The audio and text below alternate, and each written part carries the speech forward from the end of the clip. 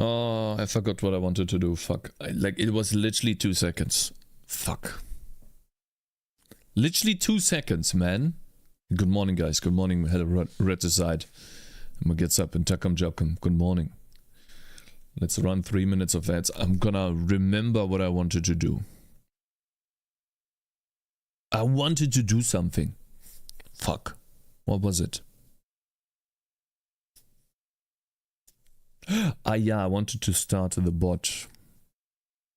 See, this is... I need to find a better way to have the bot running. It's gotta be a better way.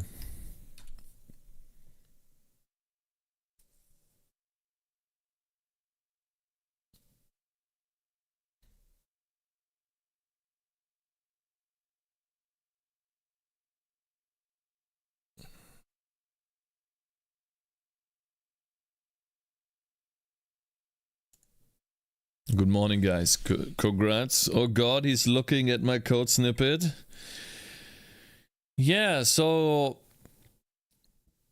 You were complaining about some magic numbers. Hmm? What is that about? Hmm? Very interesting. You were complaining about that. Yeah. Obviously, I'm gonna look at your code. But we'll get to this later. I just saw that. It looks like we can get the active monitor, and then we can also look at how big the monitor is, which might make the game more immersive, depending on what monitor you have. Hello, Cakez. Hello, Rebel. Good morning. But first, guys, yesterday there was Path of Exile. Not fandom. Like, what the fuck? Piss off.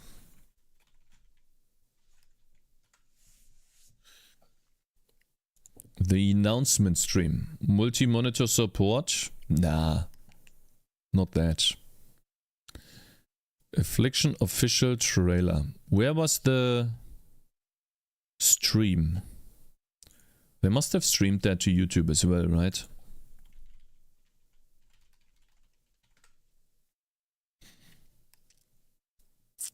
The content reveal. The official trailer. Where was the stream? I want to see the stream.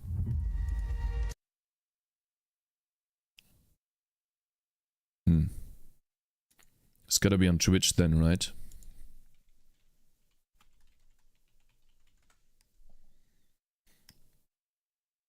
Oh, also guys, have you seen the Season of Discovery? Did someone of you play that? World of Warcraft? I tried it out for like an hour yesterday.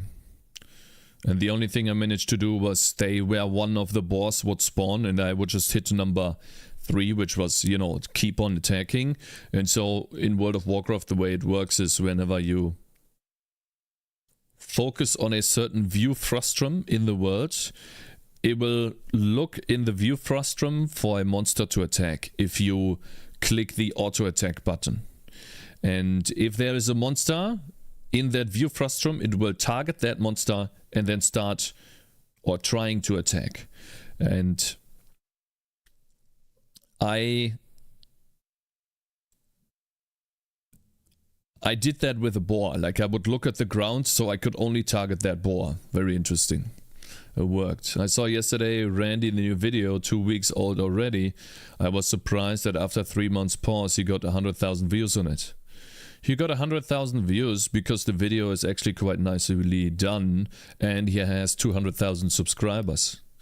Of course, any good video is going to be pushed to subscribers. Again, it doesn't matter how often you upload. It only matters if the content that you're uploading is interesting and there's enough people interested in that topic.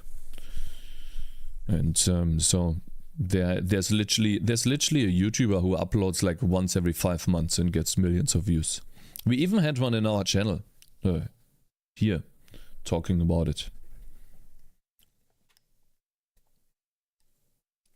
I think he's called something Prime. He's making videos about interesting software development related topics, or like interesting, I think, math related topics.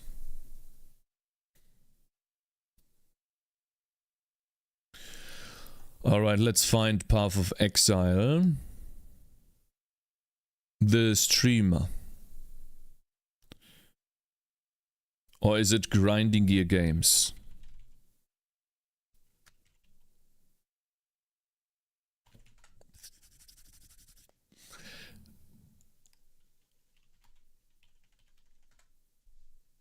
There we go. This is what I'm looking for. Relax. 15 hours ago, 3-hour stream. I'm not gonna watch the entire stream, but we're gonna look at the reveal. Sure. Commit and push immediately, and then Good morning, Cakez, my brother. Good morning, Zend. Hello there. I'm pretty sure this is the stream. What you're looking for. YouTube announcement, content reveal, the 32 minutes. Yeah, well, I'll watch here because this is the actual stream, and so we can look at all of the content they put there and then skip stuff that we are not interested in, like the Q&A section, for example. We don't want to know that. And how about we look at pathofexile.com. There seems to be no patch notes yet. They showed PoE 2 mercenary character, then announced the next PoE 1 season. But you're not doing too chubby either. You have maybe about half of those views over a similar period. I'm not doing too shabby either on YouTube, that's true, yeah, I'm doing quite well, I'm very happy about it, exactly. See, like, I always try to target Pirate Software to, like, you know, catch up to him, but now that's not possible, because I don't have that knowledge, and I will not have such a blow up, but I'm trying to target this guy right here, to, like, catch up to him YouTube-wise. I will not be able to catch up to him stream-wise as fast, but like YouTube-wise, he's like, I would call our brain capacities, maybe I have a little bit more, but about the same. Anyways, yeah, my YouTube is doing quite well. I'm very happy about it. The video right here is doing quite well. The J video. It's probably slowing down now. It depends. It's still decent. Well, got 4,400 views, which is nice. He was rude to your game though. He was rude after I called him a clown, so that's fine. And also, people being rude to my game only helps it improve, so yeah, I don't mind at all. Like, you can say all the shit that you want to my game, it doesn't matter. In the end, what matters is if the finished product is a good game.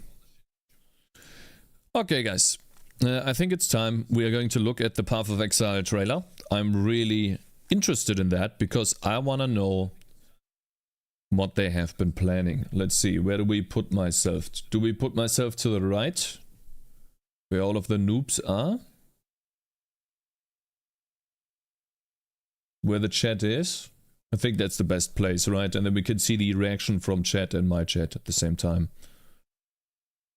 You just called him a clown? No, I was on his stream and I thought that would be a nice joke to do because in the past he was laughing at the clown joke. Someone gave him a donation and made that exact same joke. And so that was one of my favorite moments on stream because the joke was actually really funny. And so I thought that the joke would be funny again. but it wasn't. So yeah. In the future, if I ever meet him, I will apologize. But yeah, for now, it just is how it is. Let's see here what this is. And also my phone needs to be shut the fuck up, bitch. If there is no tangerines, this update is not worth it. You mean this Path of Exile update? Let's see. Let's see how it is. Grinding gear game. Okay, fine. We wait for that. I'm interested to see what it is. Chris Wilson. Hi, I'm Chris Wilson from Grinding Can you guys Gear hear Games. all right? Thanks for joining us for today's Path of Exile livestream. We have a packed show today, with announcements for Path of Exile 2, as well as the exclusive unveiling of Path of Exile Affliction, which launches on December 8th on PC and Mac, and on December 13th on console. Twitch drops are enabled on today's livestream, so make sure you follow the instructions below in order to claim your Huntsman wings. Yeah, no Twitch drops for us, boys. We'll start but that's with Path fine. of Exile 2, where Jonathan will walk you through our latest announcements. Mark will then take you on a deep dive into the new Path of Exile Affliction Challenge League, which launches in 1 week. I'm not really that He'll interested cover the league in mechanics, its rewards, some new content we're adding to the PoE core 2 is so Path of far Exile away. I'm not that experience, and some interested, to large be metagame honest. changes. I'll then show you our annual core supporter packs, and we'll head into our live Q&A session. Why are where so many Ziggy will directors ask us bald? your questions from Twitch chat. Because it's After cool. the live stream, we'll drop the full patch notes. Wait, I'd like to hand over to you Jonathan said you Rogers, dropped the Game patch Director of notes. Path I of didn't see Exile any. 2. Hey guys, it's been a few months since we introduced you to the Druid in Path of Exile 2. But one of the things that we're really focusing on now is how varied each of the classes feels to play. The monk darts around quickly from enemy to enemy, We see building that. and unleashing combos. If Yes. he doesn't stay in combat, he loses momentum and has to build it up again. Yeah, I think he gained charges when he was in combat.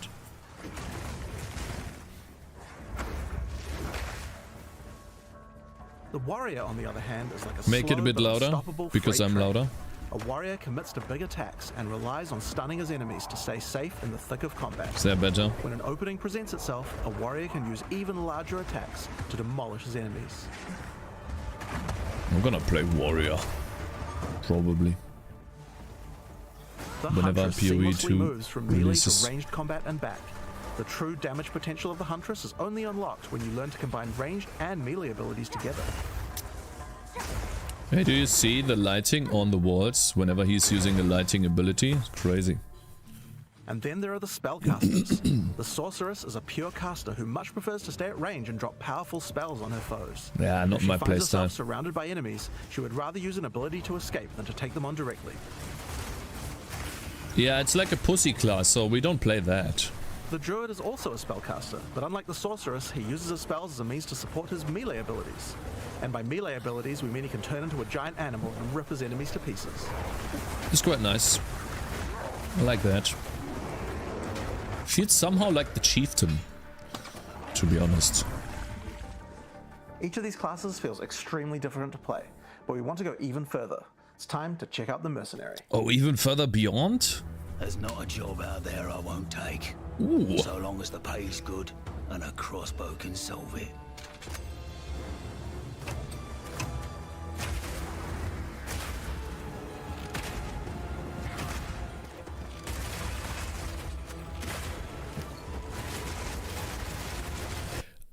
I'm sorry, but I have to say this, y'all. You know, have you guys seen... Shut the fuck up. Have you guys seen the game reveals yesterday? Asmongold, he reacted to it, which is why that's already. I saw the video. PC gaming show most wanted. Listen, like, this is the difference between good games and, in my opinion, not so good games. This is Stalker 2, a game that is gonna release and apparently is highly anticipated, which I don't agree with. And all you can see in the video is like people talking to you. Felt as if I was awakening from a years-long coma. The entire thing. Through the scope, I saw the body of an unknown soldier fall. Get us. Wait for another super emission. I'll take a Only I didn't check you. You see that? So like, and this is why I like a grinding gear game so much. Like, they start straight with gameplay. There's no bullshit. Nothing. I'll take them all down. You see that? UI, everything. When thinking about each new class, we really try to think about how we can make combat feel different from all the others. For the mercenary, that difference is the crossbow. A crossbow is fundamentally different than a regular bow because it fires instantly instead of needing to be drawn back. This means that you need immediate feedback. Clicking the fire button should make the character shoot instantly, just like in a shooter. As soon as we experienced that, we realized that there are a lot of design lessons to learn from shooters, and so we fully embraced them. In Path of Exile 2, we have crossbows that work like sniper rifles, shotguns, and assault rifles. What the fuck? Okay, bro. Okay, bro. But in order to really get shooter-like gameplay, we wanted to go further. In Path of Exile 2, we now support WASD movement. You can now walk around in any direction independent of I was aiming. asking, like, how's he In fact, moving if this back is your and preferred attacking? method of gameplay, you can use it on any class, regardless of what weapon type you're using. You can change between click to move or WASD at any time. But how are you You can attacking? only hold 2 crossbows at a time, but Path of Exile 2 is all about interesting combinations of abilities, and this is where ammo skills come in. This is a burst shot crossbow, and right now I have armor piercing ammo equipped, which makes it very effective when facing a group of enemies, since it pierces right through them. Yeah. But there are other ammos too. For a bigger single target, it might be a good idea to switch to incendiary. The Wow. more projectiles hit the Damn. target, the stronger the ignite. Holy so shit. You'll want to get up nice, close and personal with this one. Yep, that looks cool. If you have a bunch of targets running at you, you might want to slow them down. In this case, you could switch to permafrost burst shot. Shooting a bunch of smaller enemies at range will chill them, potentially even freeze them in place. That looks like ice shot. I have terrible Once you have experience some with that frozen enemies, ability. though, you can switch back to armor piercing. Shooting a frozen enemy with armor piercing burst shot will explode the ice, doing a huge Damn. amount of damage to all nearby enemies.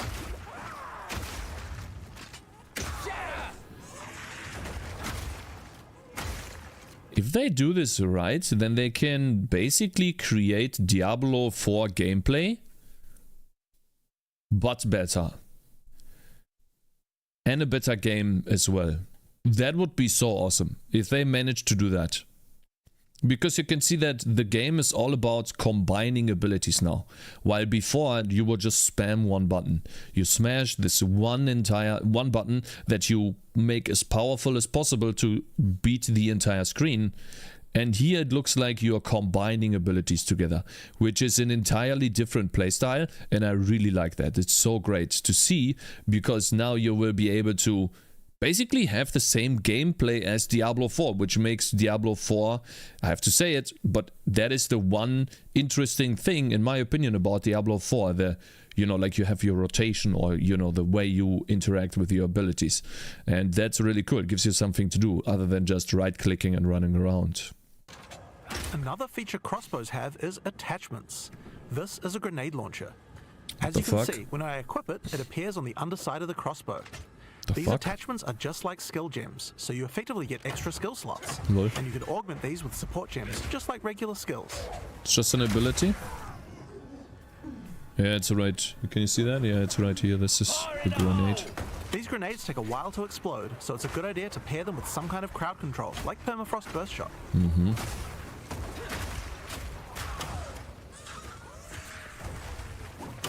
Looks nice.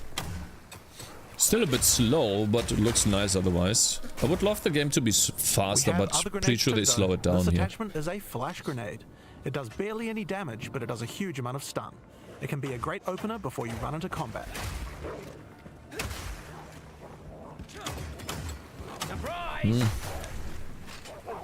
Yeah, they have diminishing returns on stun, it looks like.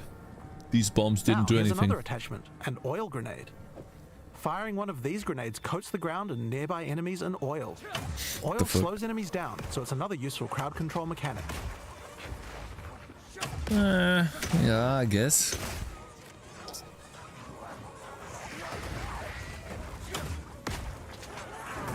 Now, another thing that oil can do is be set on fire. Any burning enemy or explosion will ignite the oil, causing extra burning damage.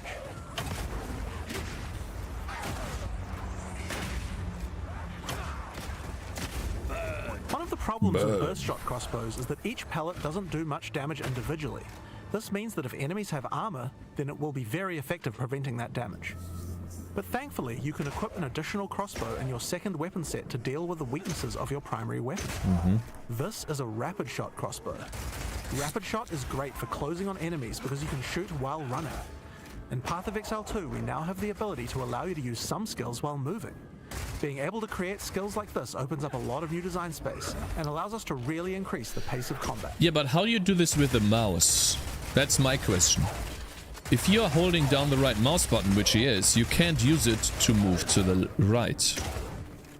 Unless you're clicking... Armor-piercing version of Rapid Shot slowly erodes a monster's armor. Once the armor is fully broken, you can easily switch back to Burst Shot to deal much more damage.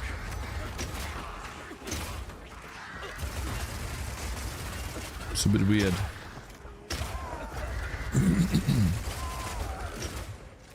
Being able to run while shooting with Rapid Shot is also great for when you want to perform a fighting retreat. Reload! They will address what you're saying. Yeah, I'm pretty sure in the Q&A, right? I'm not gonna watch the entire Using Q&A. permafrost ammo with Rapid Shot is also useful if you need to retreat. When you shoot the ground, it creates ice crystals. If you draw monsters back over these crystals, they explode, chilling the monsters. It's great if you want to set up a safe zone before pulling the next pack.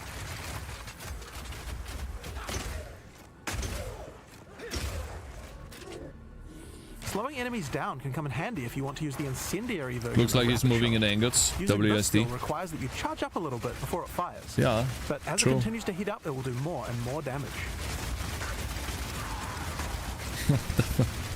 If you have the It has mana. a really large clip size, so you can just keep firing and firing with it.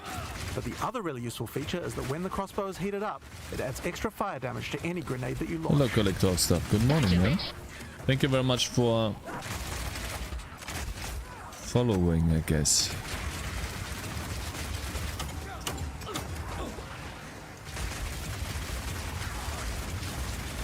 Now I've been using explosive grenades here, but it will work equally as well with flash or oil grenades too.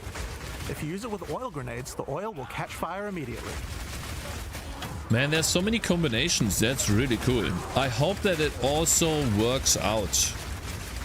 So that you don't always just use one ability, but multiple abilities together. Like the Diablo 4 playstyle, but in better. In a great game, in an actual good game with good bosses. Not the dog shit that you have in Diablo 4. That would be awesome. Because that is the one thing that's missing from Path of Exile. Power Shot. This one works just like a classic sniper rifle. Use it with armor-piercing ammo and it will penetrate armor on targets. So it's a good idea to use when something's really tough. Find is Power Shot. I want to see that. This one works just...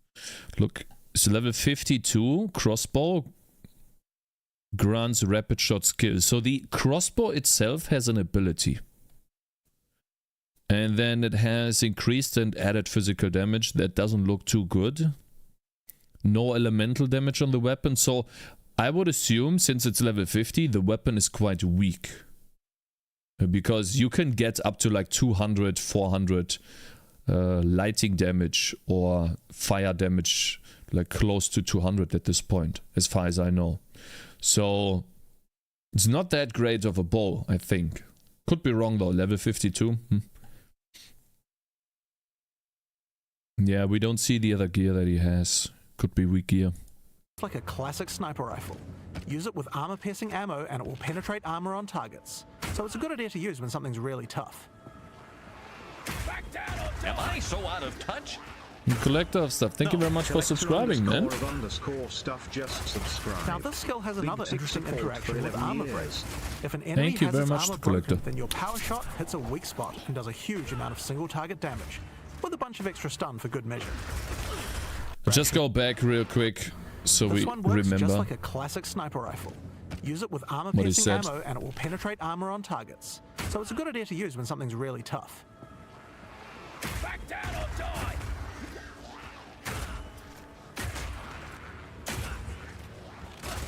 Now this skill has another interesting interaction with armor break. If an enemy has its armor broken, then your power shot hits a weak spot and does a huge amount of single target damage, with a bunch of extra stun for good measure. Hey, you see that? You can see debuffs on the enemies now, finally. You see that?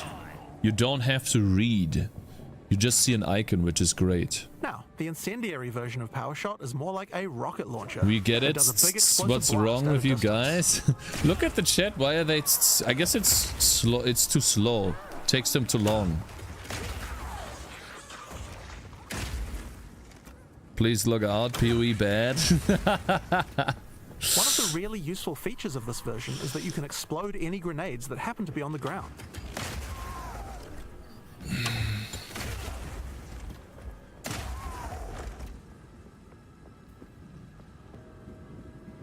Rocket launcher. This combo also works really well with incendiary rapid shot. I'm Damn. going to charge up the heat on my crossbow, shoot out a bunch of grenades, and then start the fireworks with a power shot.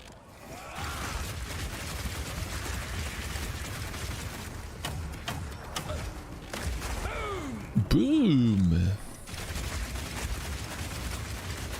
The ice version of Power Shot creates frost walls at a distance. This is great for crowd controlling monsters in tight passages. I have to agree with chat on this one. It looks really Wall cool. segments have other uses too. If they get But destroyed by monsters, then they'll goodness. explode, doing a small amount of damage. Are you done yet? I wanna see the expansion, man. PoE 2 is so far away. Don't get me too hyped, man. God damn. Now, remember that burst shot combo with frozen enemies we did earlier? They still have That more. works with ice walls too. Let's put burst shot back on. Oh my god. Okay. Now I can fill up this area with ice walls, then shoot them with armor-piercing burst shot for a huge amount of damage. Difficult to say.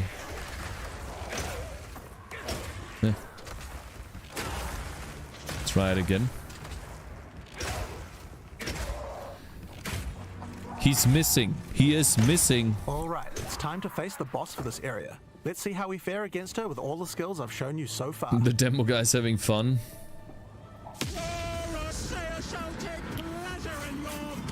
Oh, that's Chat's mommy.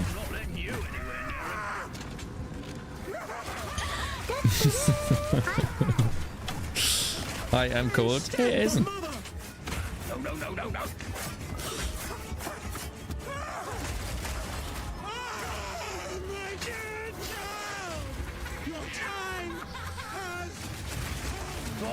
What the fuck is that, man? That's disgusting. Rapid fire.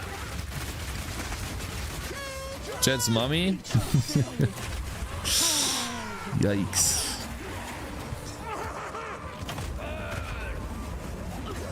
Damn, dude. Be careful, bro. Wow. Killer. Boom.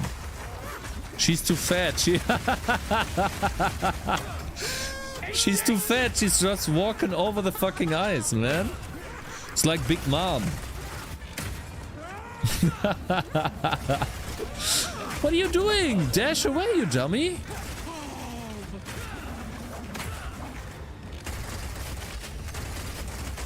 Now, if this were Blizzard employees, they would have died like 5 times already. Just saying, you know.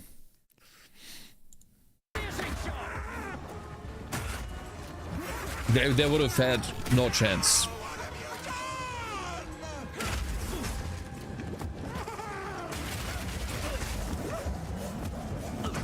Dude. Potion. Potion. Potion. Are you dumb? Use a potion. What is he doing? Use a potion.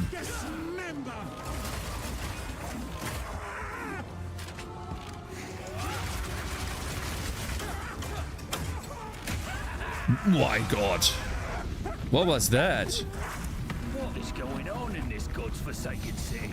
Incoming That's the Blizzard Mercenary. lawsuit? It feels totally different than anything we've made before, and shows you the range of what's possible in Path of Exile 2.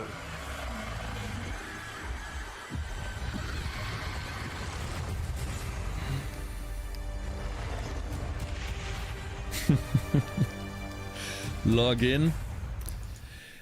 I like it. It looks a bit slow though. I hope that the game goes a bit faster. But otherwise, I like it. I like the skill combinations. It is a different playstyle than Diablo.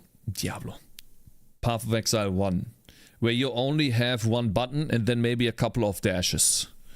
You know, that's why I like the original Warcry alternating, what is it called?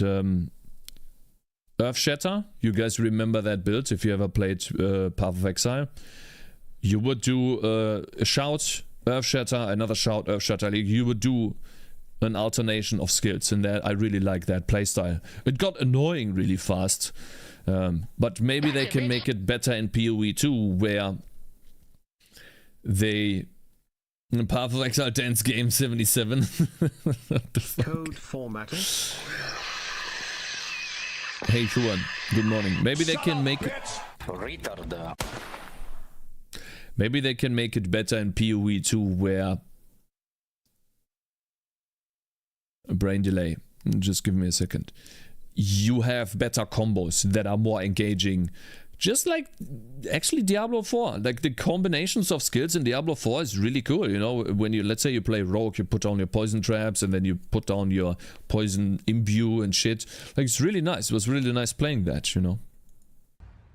Okay, let's see. Expansion reveal now, please. We're going to be showing off a lot more about Path of Exile 2 as we approach its beta. Okay. But in the meantime, we've got a Path of Exile 1 expansion. Trailer for Path of Exile Affliction. There we go, boys. Something moves in the mists. Something sinister. Uh-oh. What happened to penis? Thorn. Rot. Plague. And claw. Please be in map. Please be in the maps. Affliction spreads. Please. It hungers Please. for more. Don't let me go out of the map. Be in the map. Please. Please. Please. Tread lightly in the wildwood, which shifts and fights. Accept our help, the ancient power of the Asmiri. What? Beware the spirits that yearn for freedom. Wait, that's the boss. And the heart of evil that waits in the dark.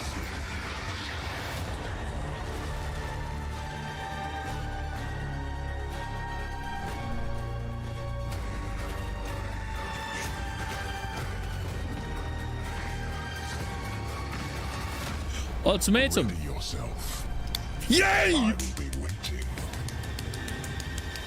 I love that. Great.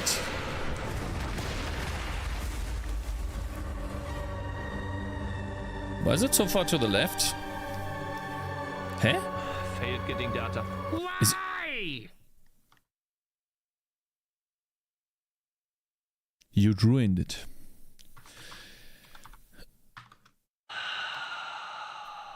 Okay. Do I have to turn off the bot? I'm gonna turn off all the bots things. Give me a second. I know that people would like to interrupt me. I'm going to toggle the notification pause now. There's one notification in queue. I really appreciate you guys, but shut the fuck up and let me react to this because I really enjoy Path of Exile, okay? You little bitches. So why is this to the left? I don't understand. What is going on there? But okay, maybe they didn't censor that. December 8th. What is that? Next week? In the Affliction League, you will encounter sacred wisps, which beckon you to enter overgrown passageways that lead to the Viridian Wildwood. Shit. It's not in game. It's not in map. Fuck. A vile affliction has covered this forest with a foreboding darkness. You'll need to uncover the forest mysteries to put a stop to the source of the affliction. Where's Chris, yeah? As you approach the darkness, the wisps burn away its affliction. Make sure you tread carefully, because they only have a limited amount of power. But be warned, the darkness is full of cursed monsters that emerge to kill you. What the fuck? As you explore, you might see other types of wisps trapped inside the darkness. The Wildwood is trying to guide you towards clues about its affliction. Follow the trails of wisps by collecting them, and you may uncover many different secrets. New characters to find, shrines, boss battles, and all kinds of new encounters are lurking in the forest just waiting for you to discover them. There are many rewards to earn for those brave enough to seek them. Ouch. That didn't look too great. When the sacred wisps run out of energy, they will return you back to where you came from. Any other types of wisps you have collected will return with you to Rayclast.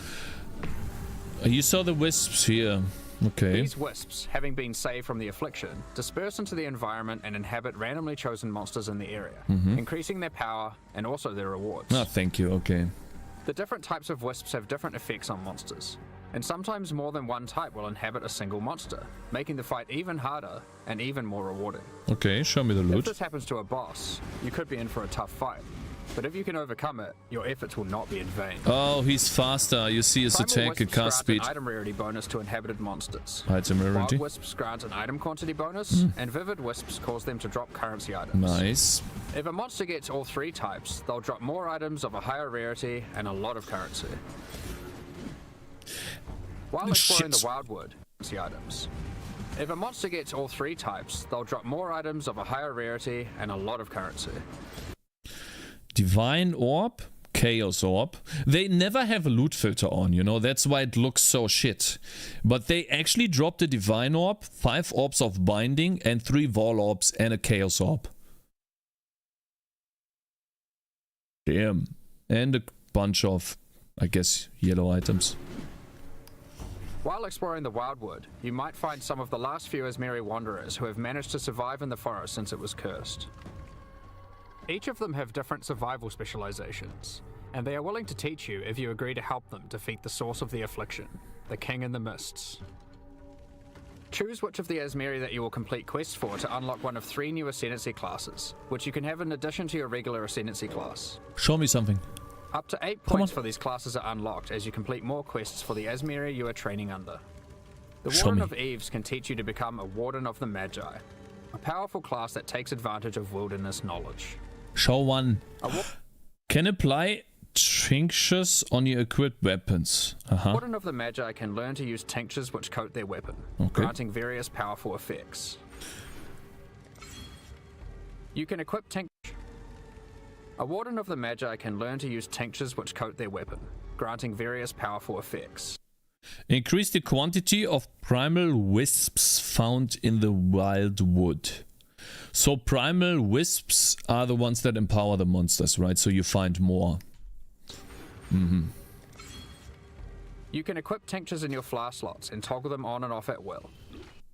The fuck, this you're too fast, brother. Use tinctures which coat their weapon, granting various powerful effects.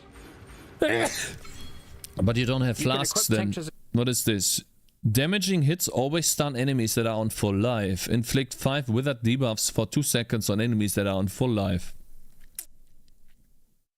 Hits inflict that. Hits steal frenzy charges.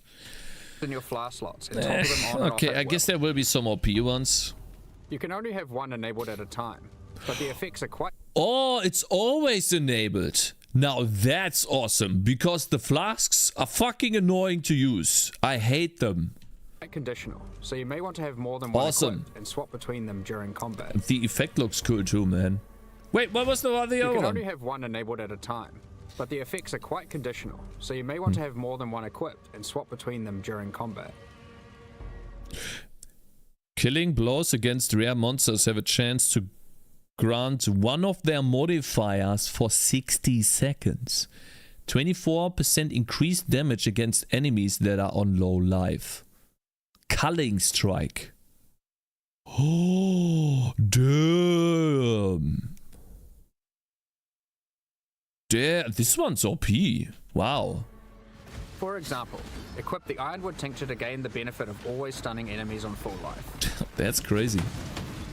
That's actually quite cool. Tinctures can also get Damaging and always on full life. random mods. This one in particular adds stacks of wither to targets on full life and steals frenzy charges on hit, which makes it great as an initiator. When you are fighting rare monsters or finishing off tough bosses, you will want to swap to the Oak Branch Tincture, which grants Culling Strike, increased damage against enemies on low life, and has a It's chance so to steal a fucking mod good. from rare enemies you kill. That's really cool. You can buy more tinctures from the Warden of Eves using Damaging hits always stun on fire. We already see Primal that. Wisps when you find her in the... All damage can ignite. 4% to gain onslaught on killing blow. 4% chance. So keep an eye Damn. out for her. Show more. As a Warden of the Magi gains more ascendancy points, they gain access to more skills that let them further specialize in tinctures. PoE will For example, 2 will release next year. Flasks allows you to invest in having your tinctures enhance your flasks. Flasks adjacent to the applied tincture gain 3 charges when you hit an enemy with a weapon, no more than once every second. Flasks adjacent to the applied tincture have increased effect when used if you have hit an enemy with a weapon recently. Are you hitting with a weapon on a bow, or is the arrow hitting and therefore you're not hitting with the weapon? Because I like playing bows in Path of Exile, and those are weapons, but the arrow hits the enemy. Does that mean the bow doesn't hit the enemy?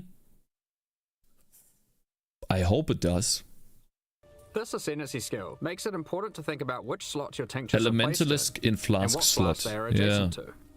You will have better uptime on those flasks, and they'll be stronger as a result. Crazy. But there are plenty more skills to choose, even Path if you of don't Witcher, want to I've seen engage that, with yeah. tinctures. Path of Witcher, it's For like example, The Witcher. Another new ability to unlock is Barkskin. Barkskin. Okay. It's a reservation skill that causes bark to grow all over your body, increasing armor. Okay. As you take damage, the bark falls off, increasing your evasion. Okay. Over time, the bark will grow back, removing the evasion bonus but increasing your armor again. That's kind of cool. That's actually Breaker of cool. Oaths can teach you to become a Warlock of the Mists, an ascendancy class Damn. specializing in the darker arts of the Esme. It's armor and evasion at the same time. This is great for a bow character. It's actually insane for a bow character because you have evasion inherently. And then as you get hit, you have armor and evasion then. And oh my god, that's great. But it's a reserve skill, so basically it is the new evasion. It replaces evasion and determination. Both of those. It replaces grace and determination. Damn. Oh, who's this guy? One powerful ability you can choose is Blood Hunt, which grants an active skill called Ravenous. This skill lets you see what type a monster is under its life bar, whether it is a demon, beast, undead, construct, or humanoid. Consuming a corpse with this skill gives a buff to damage against that type of monster and reduces damage taken by it. You can only have one type active at a time, so it's a good idea to choose wisely for the area that you are in. Sounds kind of Some annoying. bosses like the Maven are eldritch in nature and don't conform to the regular corpses that you have access to. Okay. But don't worry. The Breaker of Oaths has a shop where you can trade wild wisps for corpses that you can place on the ground wherever you are. Kind of funny. Okay, that's nice. For bosses Buy an for eldritch sure. corpse and you will be able to get the bonus while fighting eldritch entities like the Maven. You may notice that most of the corpses he sells are not monsters you normally encounter. You might want to try turning some of these corpses into specters to take advantage of some of the unique abilities that these monsters have. Oh, PogChamp, that's cool. What? The fuck? I need to see that again. To take advantage of some of the unique abilities that these monsters have. He's shooting 5 projectiles. Boom! And they all split? And oh my god. Holy shit, man. That's The Warlock of the insane. Mists gets access to many other abilities. For example, there is a trio of curses that you can pick from. One of these curses targets your minions, giving them life degen and making them explode. Oh, you have for to massive use it. damage when they are near death. Okay, One so of them that's... prevents enemies from dealing damage for the latter portion of its duration, which is quite powerful against bosses. This curse creates the interesting build decision of whether or not you should increase curse duration or reduce it. Okay, bro.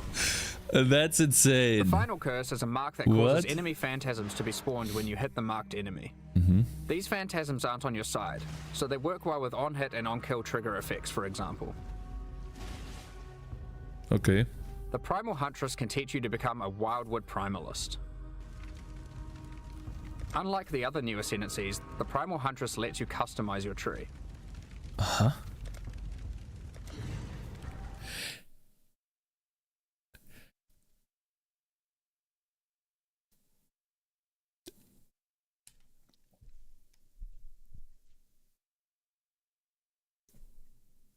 Isn't it insane how in Diablo 4 we get a green Helltide and 5 red monsters that have already been in the game? And in this game, we get not only new items that completely change the playstyle of the entire game, aka those Witcher elixirs, and we get 3 skill trees that we can customize for free? We get this for free? We don't pay any money? Just, this is insane. How anyone, like, oh my god. Think about it. Think about it. Goodness. Outrageous, yeah. Damn. Damn. Charms that you can buy from the Primal Huntress for Vivid Wisps. Charms have randomly generated mods, which give stats. Chance to gain onslaught on kill, flasks, gain a charge. They are not done yet? What is a charm? Oh, you put it in a skill tree. You do this with charms that you can buy from the Primal Huntress for Vivid Wisps. Fuck, I didn't see that. I'm sorry. I need to go back. You do this with charms that you can buy from the Primal Huntress for Vivid Wisps. Cannot take reflected physical damage. Hits have a 5% chance to deal 50% more area damage. It's very conditional, but damn.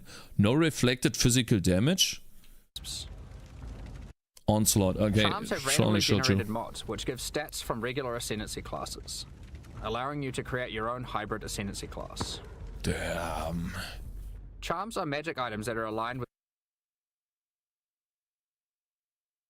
This is ridiculous. Melee hits have a chance to fortify. Movement speed cannot be modified. with different Wow. attributes. So for example, this Ursine charm is strength aligned and has gotten the melee hits have a chance to fortify stat from the champion, and the ability to stop your movement speed going below base from the Juggernaut.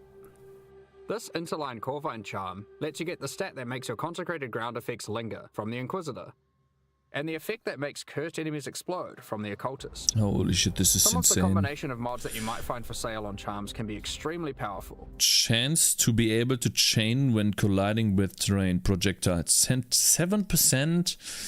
I mean, you know, So keep a lookout for the primal minimum endurance charges, minimum, but wow. Huntress's shop, even if you are not playing as a primalist. Damn, yeah, As that's a cool. primalist, you also get access to a few other interesting abilities. Can be extremely He's probably powerful. going to explain So the keep a one. lookout for the Primal Huntress's shop, even if you are not playing as a primalist.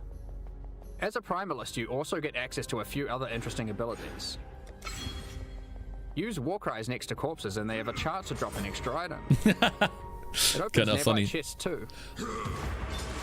Oh, okay, The okay. primalist also gets access to a small extra backpack, just in case you find yourself needing to cart more items to town during your map runs.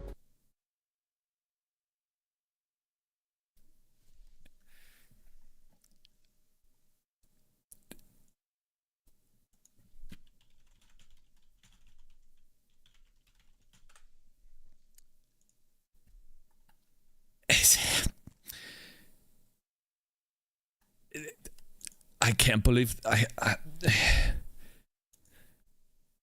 or gold pickups.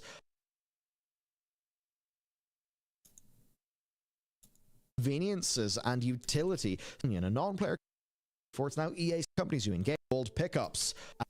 where the fuck is it? And so they wanna sell you stash tabs in Diablo 4 now. And we just get this shit for free.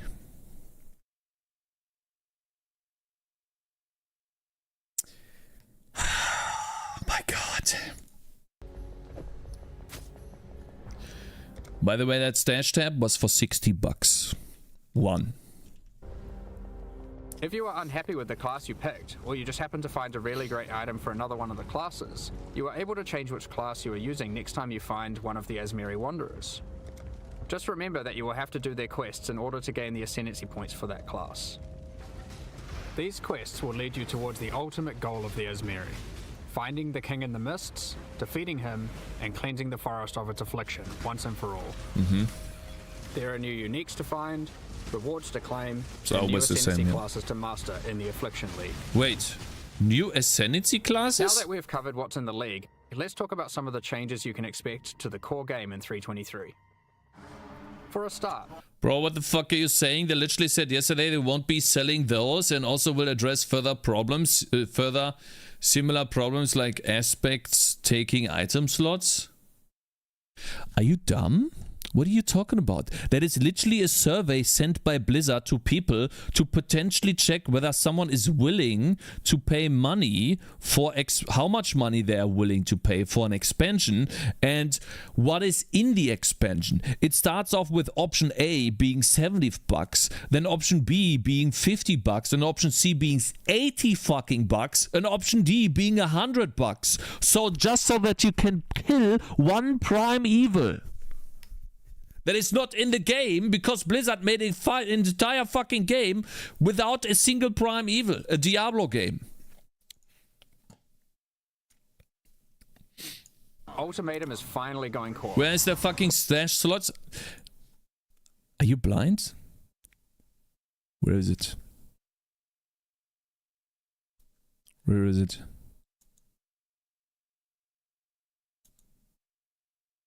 One stash tab, two stash tabs, two stash tabs. Additional stash tab space, and that's not everything. Get a unique for free when you pay $60, $70. Legendary aspect. Maybe you should be watching this. There you go. And remove the timestamp. It's 400 seconds. When talking to players at ExileCon, it was the #1 feature that people requested. When playing through in-game maps, you may sometimes encounter the Trial Master. I like Ultimatum. Who offers you a choice to undertake a deadly Val trial it's great. in exchange for great rewards. If you defeat the trial, he offers to go double or nothing with you. Do you take the risk and go for an even better reward? Of course you or do you take the winnings you have already earned off the table and go No, home? you take the risk. We've I done love a it. full rebalance of Ultimatum and have added many new mods and rewards. Please keep the both rewards. New and reworked uniques. The base number of rounds for an Ultimatum trial is now always 10, with a chance to spawn the Trial Master boss fight on the 10th round, if you are able to make it that far. As part of 3.23, we have also removed Metamorph from the game. All the Catalyst rewards from Metamorph have now been moved to be rewards for Ultimatum. I like it. I like it. I think no one has ever used Metamorph, especially in hardcore. Well, very few people have used Metamorph. I like that change, actually. I don't like Metamorph at all. The guy's annoying. Like, he keeps teleporting to you, you know, in the beginning. I almost died once when he teleported to me and I clicked on the dialogue. I hated that. We have also added a new Val-themed catalyst that works on corrupted items. As is normal for most content that gets added to endgame, we have introduced new Ultimatum passive skills to the Atlas tree. Okay, cool. Replace One great example is the Keystone Grueling Gauntlet. It makes Ultimatums last 3 extra rounds, but you cannot choose the modifiers, and it prevents the final Trial Master boss fight from spawning. Okay. The level of challenge becomes extreme during the last 3 rounds, and not being able to choose the modifiers makes it even harder. But the rewards are insane, and for those with very high-end characters, it might be a bet worth making. There are lots of other Atlas passive skills you can pick from for Ultimatum, so choose wisely. Now, it's time to talk about one of the last... This is what I mean, man. 3 divines. This is why I liked Ultimatum, because they would sometimes spawn like 5 of those regret orbs or something, you know. I had like 100 regret orbs that league. It was so fucking nice. I love that. Metagame changes we've ever made. There were 3 systems in Path of Exile that were all trying to subtly modify the behavior of skills. These were alternate quality gems, Labyrinth Helmet enchants, and unique threshold jewels. We've combined all of these together to create a new system called Transfigured Gems that allows us to fully achieve the goal of these 3 systems and then some. Transfigured Gems are alternative versions of existing skill gems that have different functionality and balance. They literally had a yesterday fireside chat where they literally said that won't happen. Yeah, like the community manager that said that there will never be power in the game that you can earn by paying money. And then they send out a survey asking if you were willing to pay money for power. Like, how many times do you have to get fucked in the ass before you realize that it hurts? Like, how many times do they have to drill until people start realizing that they're being played? Like, at some point, you have to realize that they're playing you. From their regular versions. Don't be stupid. We've added a huge number of these with interesting variations that drastically change how existing skills play. For example, Frostbomb of Instability. It changes it from a cooldown skill that you can cast occasionally for a large explosion into a skill that you can cast continuously but deals less damage and doesn't apply cold exposure. Oh, okay. It changes the role of Frostbomb from a utility skill How do you into get a that main one? damaging skill. Another example how do you is get detonate these? deathless damage. For example, different functionality called Transfigured Gems that allows us to fully achieve the goal of these three systems: Labyrinth Helmet Enchants and Unique Threshold Jewels. We've combined all of these together to create a new system called Transfigured Gems that allows us to fully achieve the goal of these three systems and then some. You're farming drama? What are you talking about? I literally sat down and fucking played Diablo 4 for 40 hours and I hated the experience. I wanted to know exactly what I'm talking about.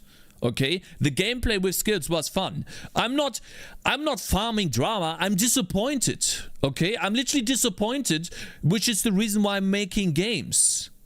I wouldn't be sitting here if I was happy with the games that I got to eat, to play.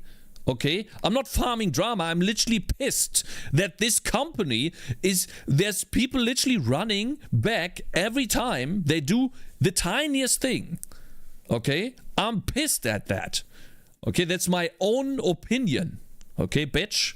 I'm not farming anything.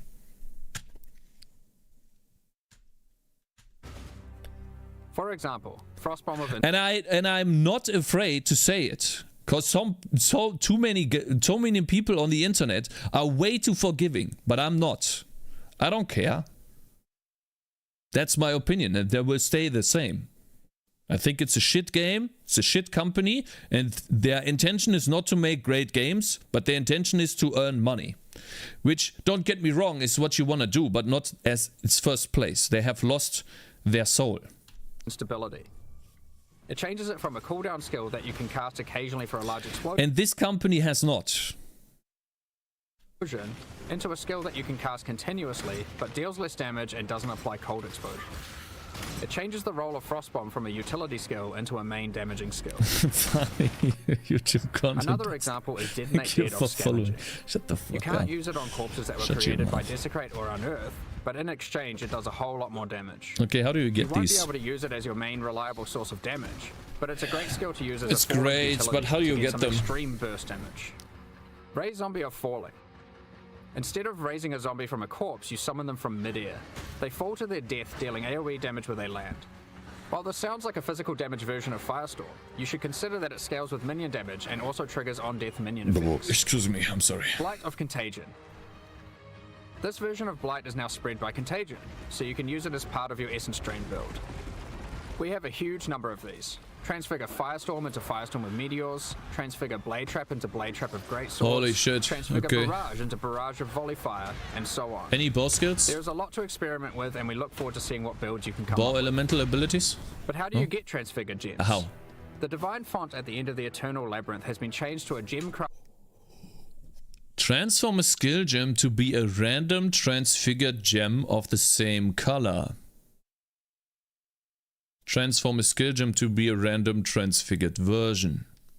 Sacrifice a gem to gain 30% of its total experience. Oh, sacrifice a gem for treasure keys? Treasure keys? Oh, you can only do... Oh, crafts remaining 3. There's a lot to experiment with and skill and support gems in a lot of new ways.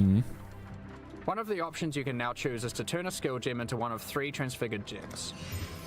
But that isn't all the Divine Font can do. This it is has great. a lot of other gem crafting options you can use. For example, you can add quality to gems, add experience to gems, sacrifice a gem Add for one or 100 more treasure million. keys to Oh open my Azara's god, chest, this is cool. and you can even exchange support gems for exceptional support gems like Empower or Enlighten. What? Enhance? One more time. Gems, sacrifice a gem for one or more treasure keys to open Azara's chests, and you can even exchange support gems for exceptional support gems like Empower or Enlighten. These are just some of the options you'll find the Divine Font is now capable Oh my of. god! In order to replace the And you rewards can and heisters add that what? previously gave alternate quality gems, we have done a rebalance of the rewards of heist as well. Experimented base types have been rebalanced. New replica uniques have been added and old ones changed, and we have increased the amount of currency from display cases as well. On top of this, we have gone through and buffed the quality stats on most damage. Tornado shot looking good. Chains. Rolling magma. Ooh. Dealing skills. In most cases, they will be significantly more powerful than before, and also more interesting. Oh yeah. Overall, this is one of the largest metagame shifts that we've ever done. This is There are cool. so many crazy new skill I'm gonna combinations play to Rolling around, Magma, so we I expect to see think. some really interesting new builds. Yeah. Next up, I'd like to hand back over to Chris to talk about the new supporter packs. Yeah.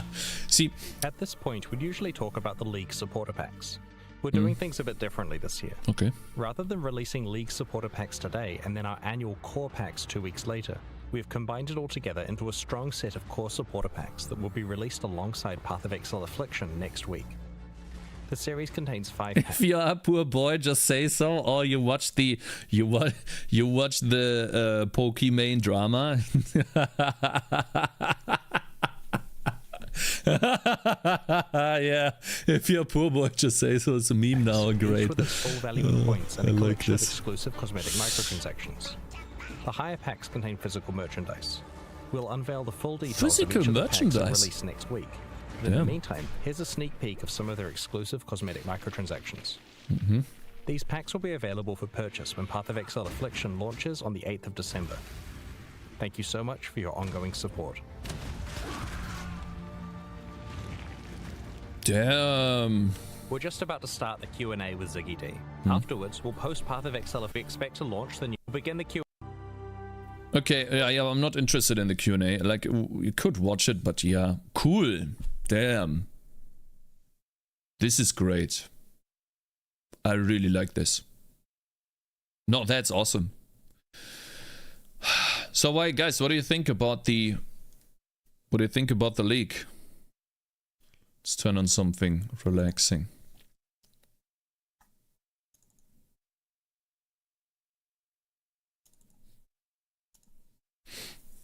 Cosmetic microtransaction, everything that's wrong with modern video games, Cap. Then no, they do it right. They actually do it correctly. I don't know how much less money they earn, like comparatively to Blizzard, but they have become a very big studio. And all of their games, or their game is completely free. And it doesn't feel bad to buy anything in the game. It is a completely different experience, and you feel good giving them money. No, they do in-game transactions right. It's one of the examples. One of the few examples. Is it a good idea to start PoE as a new player? Oh, yeah, it is. But the only problem is that you will most likely get addicted. Which means that you will most likely spend all of your time playing Path of Exile. And that can be a problem, you know. Never played it. It's a great game to get into. It's very difficult to get into as a beginner. But it is one of the best games that I've ever played. And I'm happy that I've played it. Like, these are one of the developers that they should be supported. Awesome.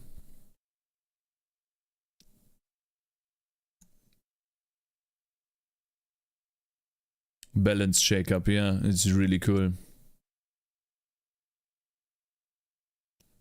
Awesome. Guten Mittag, bitch. Hello, Mr. Amida. There's no patch here, though. I'm gonna look at the patch off stream, or, you know, read through the entire thing. News. Content update. There we go. Holy shit. It's a lot of changes. Yeah, you can see quality now. Yeah, all of these. Let's see. Ice. Just want to look at Ice Shot. Quality now provides increased area of effect angle instead of cold damage. That's cool. What about Lightning Arrow? Quality now causes the skill to hit 2 additional nearby enemies instead of providing chance to shock. Awesome. What about Elemental Hit? Quality now provides 5% more elemental damage per element on the enemy instead of increased. This is good. 5% more. Cake's face on this one. What enhance? What is that? For example, you can add quality to gems, add experience to gems, sacrifice a gem Add for 100 1 or more million trigger keys to oh open my Azara's god, chest, this is cool. And you can even exchange support gems for exceptional support gems like Empower or Enlighten. What? Enhance? Okay. One more time. Gems, sacrifice Start coding already. Stop following me with random weird usernames. Also, I know that's you, collector of stuff. I really... These are just some of the options you'll find in Divine Font. That is so cool. That is so cool. Earth Shatter. Create 1 fissure. Earthquake. Aftershock deals more damage. Wow. 30% more damage. Earthquake. Wow, awesome. Cool.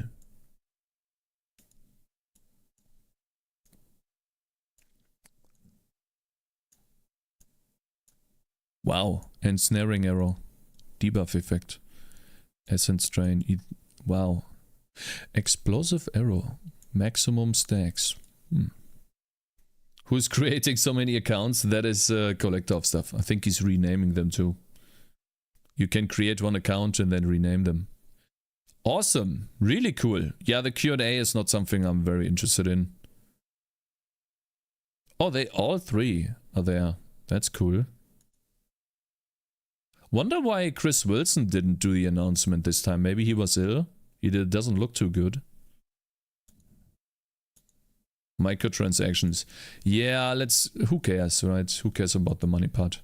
Awesome. Really cool.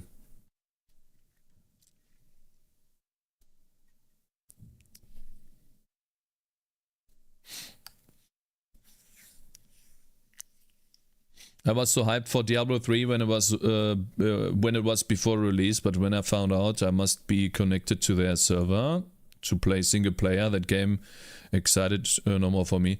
I don't really care about that. Like, even if that is something they did, is song request up? Yeah, song request is up, Satch. Yeah, it is. You can do song requests.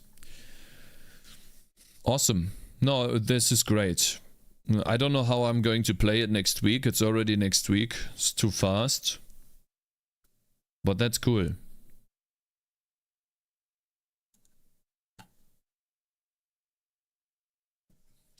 So, like, see, you get all of that stuff. You have to realize that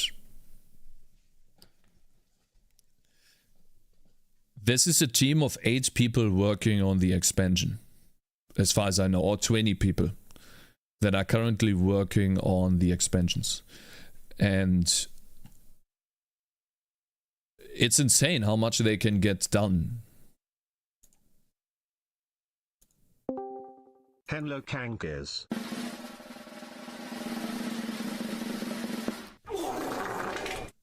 Gotcha, bitch. Thank you guys for following. Hello. Set welcome not working. It is working. Set welcome is working. I don't know who are the real people that followed. Thank you guys for following. Newton Morgan. I'm gonna play Path of Exile next week on the release for sure. Sub smiling big, doing alright, and you? Coffee Lava, you have to do !SR and then the link to Spotify. That's how you can do it. There was also the games released, or you know, this game show about popular game releases yesterday, but I'm not gonna look at that because I'm not really that interested in this. I know that there was an update of Chocolatier, Which, you know, chocolatier?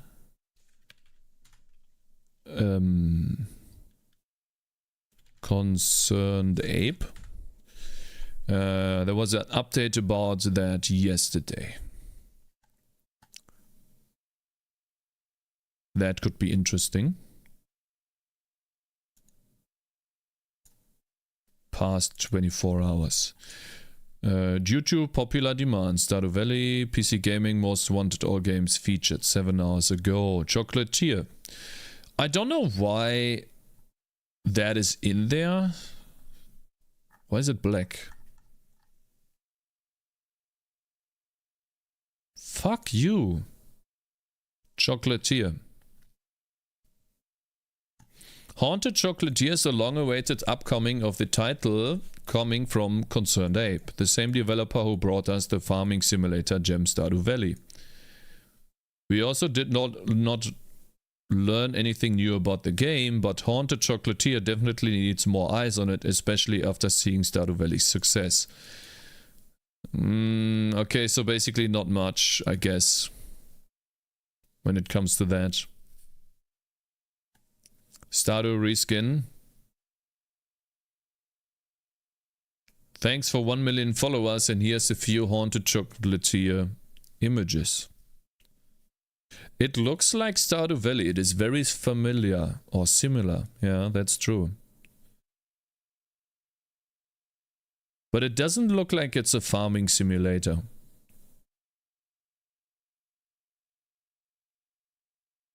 Just there's pigs and that's it. Yeah, I think that's about it.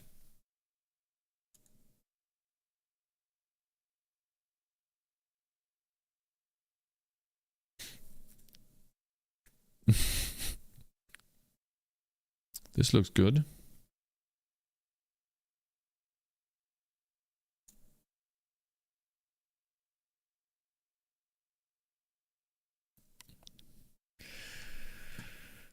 Okay.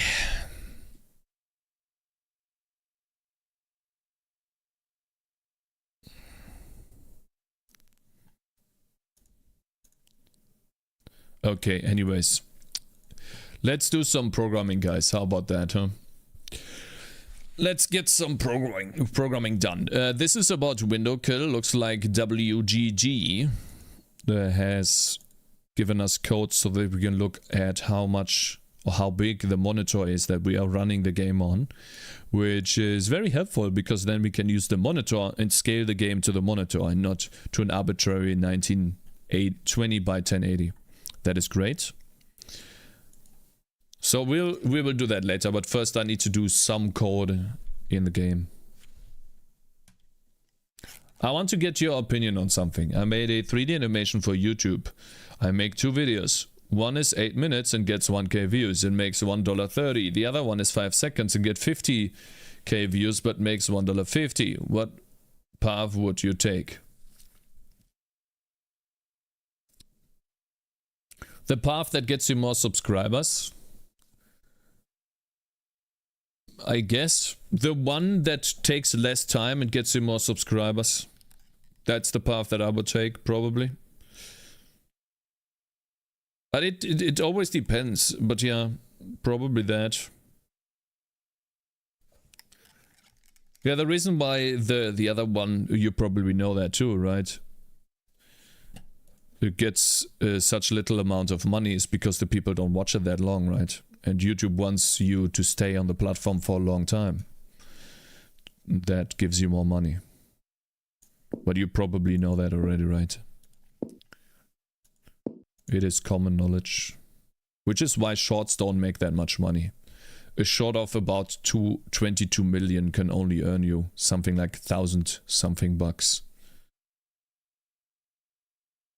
It's like somewhere between 1,000 and 2,000.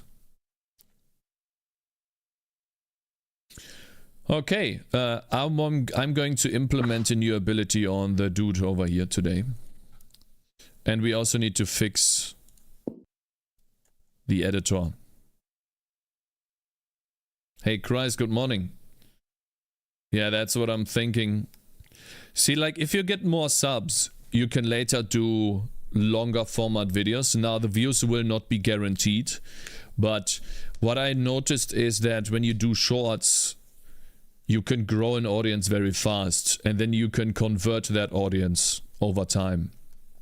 And also, you will be able to make better, longer videos by learning how to do shorts. But I think you know that already. If you get 50,000 on a short or on a shorter video, then you already know how to make videos quite well. So I don't have to tell you how to make videos, but yeah, I think I would focus on the shorter format. Makes you able to do more content, which is also very good.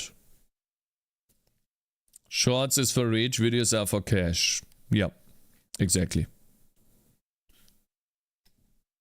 I'm trying to do a mix currently. I should do more shorts to get more reach. I'm trying to mix at the moment. Also, I'm out of space on my hard drive, which is why, like, look at my hard drive, guys. It's full. It's the Diablo recording. I recorded the entire 40 hours of me playing Diablo. That is 600 gigabytes. I'm currently trying to get rid of that. Maybe I should just delete everything, but then all of it is gone. That sucks. Still don't know what to do with that. Yeah, okay, let's try to fix this editor here.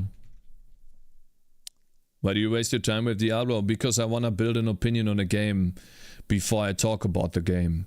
When I say anything bad about Diablo, I should back that up with, well, why do I say that? Because other people say that, or because I made the actual experience and I know what I'm talking about? I played through the game to see what it really is like. I wanted to play to 100 and try to beat the last boss, which is what I did. I played through the entire game. But I did not beat the last boss, because it is the worst boss that I've ever faced in a game. It's dog shit. And I got to phase 2, but then I was like, okay, fine. This boss is dog shit. I'm not gonna waste my time on this.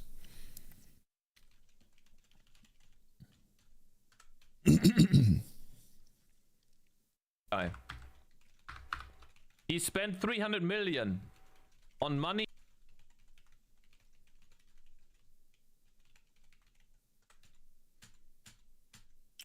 Skill tree.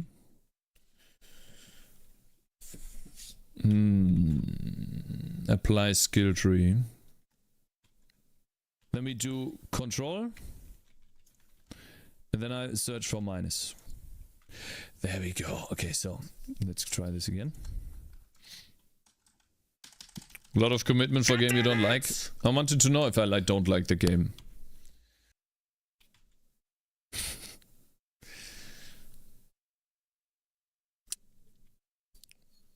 I didn't know if I don't like the game at all or not. Display skill tree. There we go.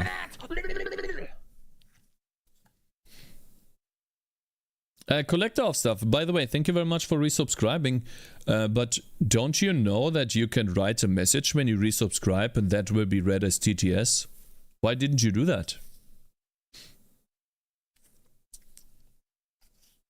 A small thing that is going around with Google Drive. There are some people that noted that their drive was reset, set back to May and such. Ergo, files gone missing.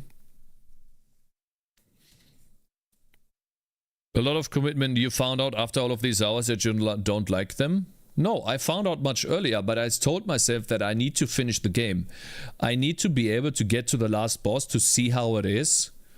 And I'm a person that finishes. I always finish things that I start. And so I needed to finish to know exactly what I'm talking about.